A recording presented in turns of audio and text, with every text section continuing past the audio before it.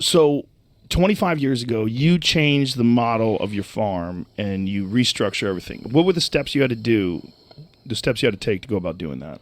Okay, so it was, you first asked why. So let me Yes. answer that. Then Okay. So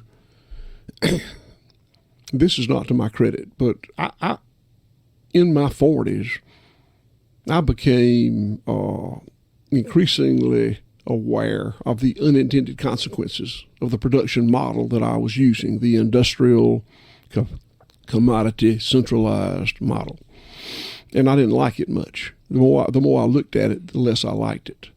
Animal welfare was the canary in the coal mine. I really, what I had previously believed to be good animal welfare is what most people still think of as good animal welfare. And that is, you keep the animal well fed, watered, in a comfortable temperature range.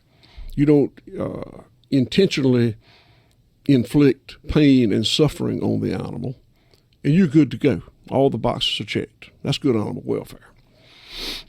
But to me, and I subscribe to that, but to me in my 40s, I didn't like that much anymore. I felt like it was, in addition to those things, incumbent upon me as the stockman to give the animal an environment in which it could express instinctive behavior.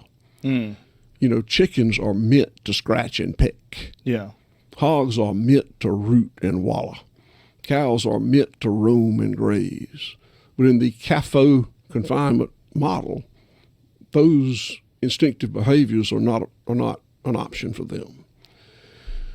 And I believe that puts the animal. I think it's like if you're raising your kid. Let's talk about good parenting. Good parenting doesn't mean you take your child, your daughter, and put her in the closet. It's 72 degrees. You got the light on. You got a mattress in there. You give them all the Cheetos and Oreos and Fritos they want. And that's good parenting because they'll never be abducted. They'll never get fall down and break their leg. But it's not. You got to give those children the opportunity to express instinctive behavior. And I think that's also incumbent upon the stockman with his livestock. So I changed the way I raised at that time only cattle. I was a monocultural cattleman at that time. I quit feeding. We used to literally feed chicken shit to cows, chicken litter.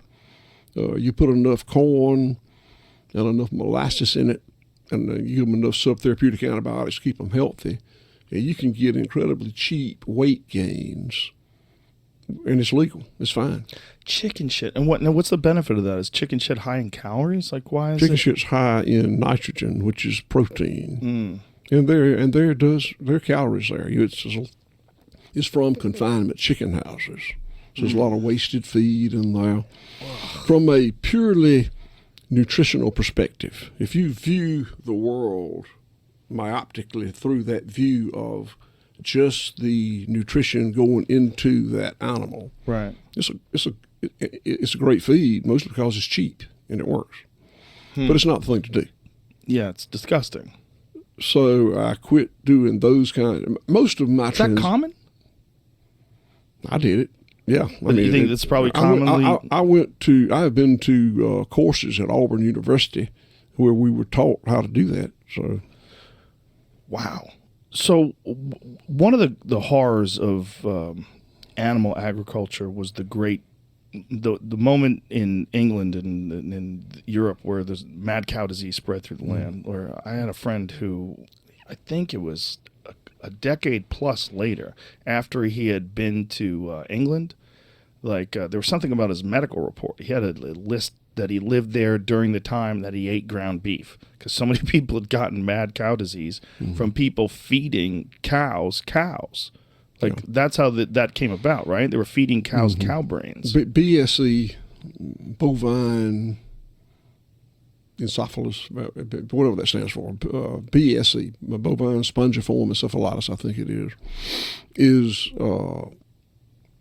comes from prions, which when they grind the central nervous system of an infected animal, you convey it to healthy animals.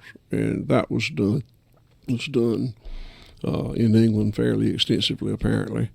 And that's for the same purpose. Just because it's high in calories, it's cheap, they were going to throw it away anyway. Correct. Anyway, to finish the questions, most of my transition from what I did 25 years ago to what I do today involved just giving up stuff, giving up procedures, giving up products, giving up techniques. The problems that we have in agriculture today that make it so destructive is the misapplication of technology. I've been accused of being anti-technology, and I am not. My farm is a $25-6 million business with 180-something employees. We employ a lot of technology. But reductive science technology does not lend itself to living systems, whether it's your body or my farm. Living biological systems have so often unintended consequences to misuse technology. And the unintended consequences are usually unnoticed consequences, and they're undesirable consequences.